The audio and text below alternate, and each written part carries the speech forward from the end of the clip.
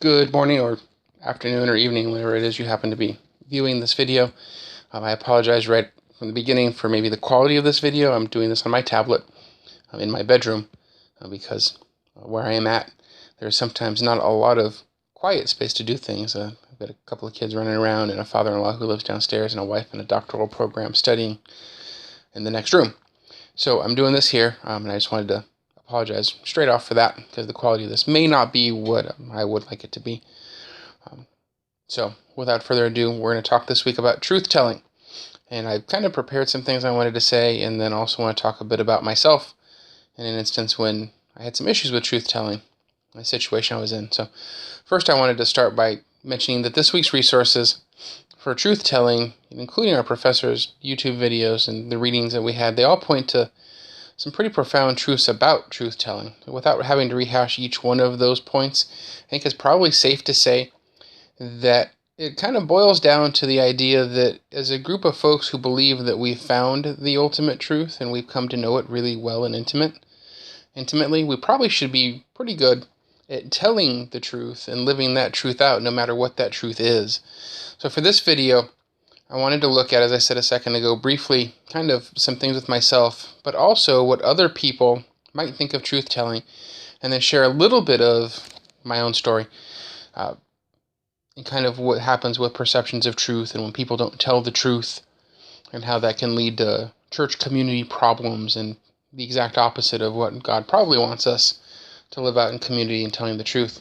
So the first thing I did this week to prepare for doing this video, because I don't do things like this, I'm not always comfortable doing things like this, I figured I would Google truth-telling. So I set up my work computer, Google truth-telling, and the first thing that popped up to me was on my web browser was the medical school at UCSF, so the University of California, San Francisco, and it was their definition of truth-telling.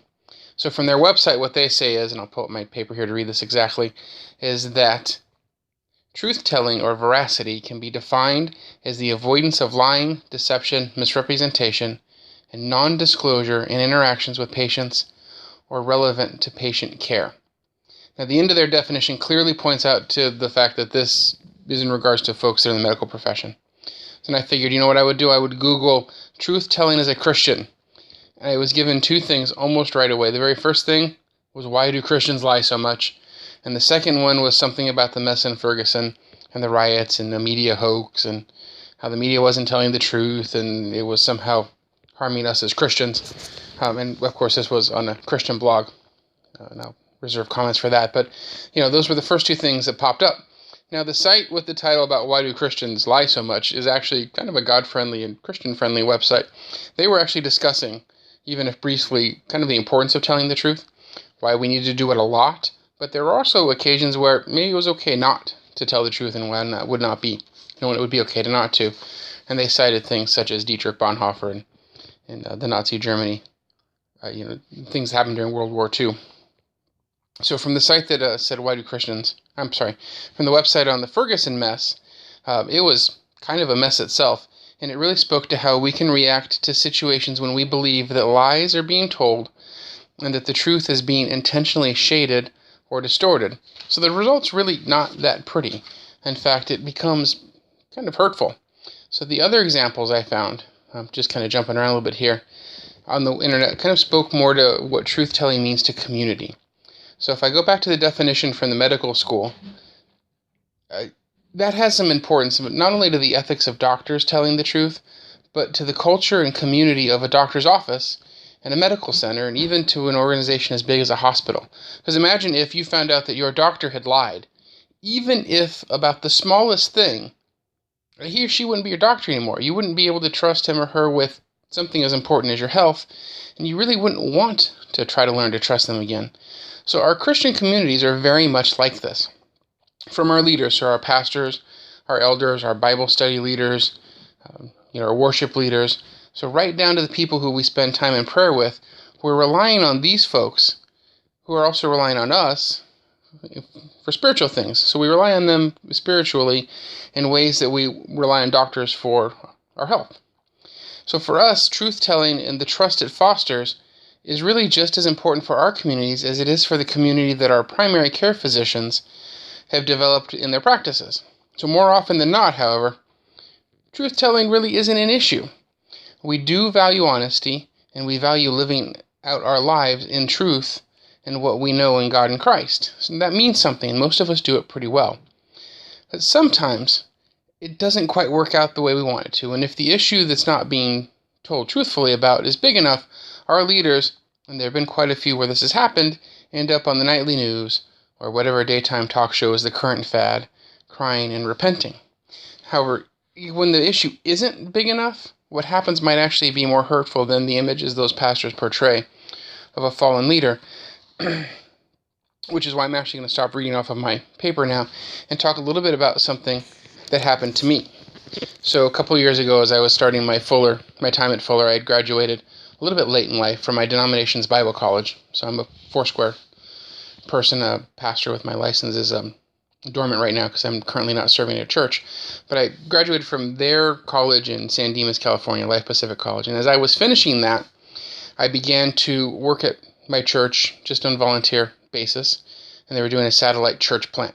We were going to go into a community that was maybe not as affluent as our own and could use a little bit of God's love, a little bit of Christ's light, and we're going to bring church to them. So I was part of that team. I came into the process a little bit late, but clearly God was speaking to my wife and I that we needed to be involved. So we were. And I held a position of leadership. The staff pastor that was in charge, I was sort of his right-hand person for a number of things and was leading the small group ministry that was coming out of that location. And as time went on, there just were things that weren't always right. And it was clear that there was some friction between myself and the staff pastor. And I was pretty vigilant and pretty faithful with my duties, showing up at 6:30 Sunday mornings with my son to help set up, turn an elementary school gym into church, and then to be there for service and to be there for the after-service potluck and everything that entailed. And I gladly did it and willingly did it. God was calling me to do it, and it was really, really valuable for me. But as the friction grew, other things began to happen. My own personality began to be stunted. And I tried to approach the pastor with this and didn't get anywhere with him. Kind of rebuffed me. And the senior pastor of our congregation, or my old congregation where I was going to church, he was very close to my wife, and my wife kind of insisted that I go talk to him. So I did. And he was a little shocked and came back and called my wife and said, I spoke to the pastor and he said that Noel hasn't been there much and just hadn't been around.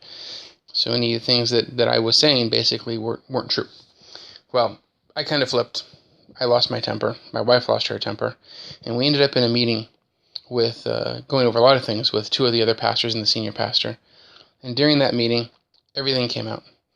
One of the other pastors who had an issue with me, he talked about it, and he and I reconciled because he came out with some things that he was pretty honest about, and I did the same thing with him about some things I was feeling about him, and we reconciled. And when it came time to deal with the issue with the pastor at the site I was at, he just decided that he didn't remember things the way they happened. He didn't remember that I'd been there. He didn't recall that I was there doing this, that, or the other. And nothing happened. And that's kind of how the meeting went. He had been sick and used that as an excuse to leave the meeting without resolving anything. And the result was that I couldn't really trust him anymore with anything. And that idea of not trusting him bled into everything else. So my wife and I, both of us had been serving that church, and she had been at that church with that senior pastor for 20 years, left. Because we could not get over a little bit of the bitterness that came out of the situation. So that is an example, a real-life example of why truth-telling is important. I wouldn't have thought that would be a good example for anything with school, because for me it felt like a failure for me. But reading through this week's readings and hearing our professor's lecture, it dawned on me that what really happened was the pastor I was involved with was just reframing his way of not telling the truth by not remembering things or misremembering things. It's just a fancy way to not be honest. So that's when I decided that I should talk about this here. So I wrote out some final comments, and I'll read those because, as I think I said earlier, I'm not always that comfortable on camera doing things. So I think the story is actually a really good example about not being vigilant about truth-telling. So from the very beginning, when I started to have issues to the situation at the very end, The result, as I said, was that my family and I left the church.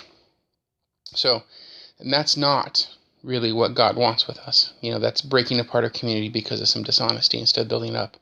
So this is the opposite of what we should be getting from being a community that tells the truth, and it's led by people that tell the truth, and when they kind of mess up and screw up, they fix it, because that's also part of telling the truth.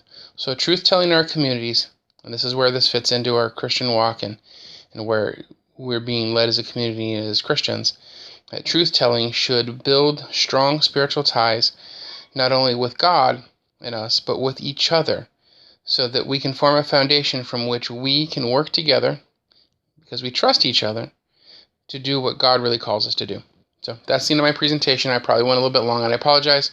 And hopefully that was worthwhile. So this week in the discussion, if maybe we could share some other times where people, maybe truth-telling kind of faltered, and how that made us feel, and the negative effects of that, what might be valuable for some of us to read, because it's not always a rosy picture, and it might just be helpful to see that we can have issues, and then we can also recover from them, because I've clearly recovered. So thanks for your time. I appreciate it. Have a good week.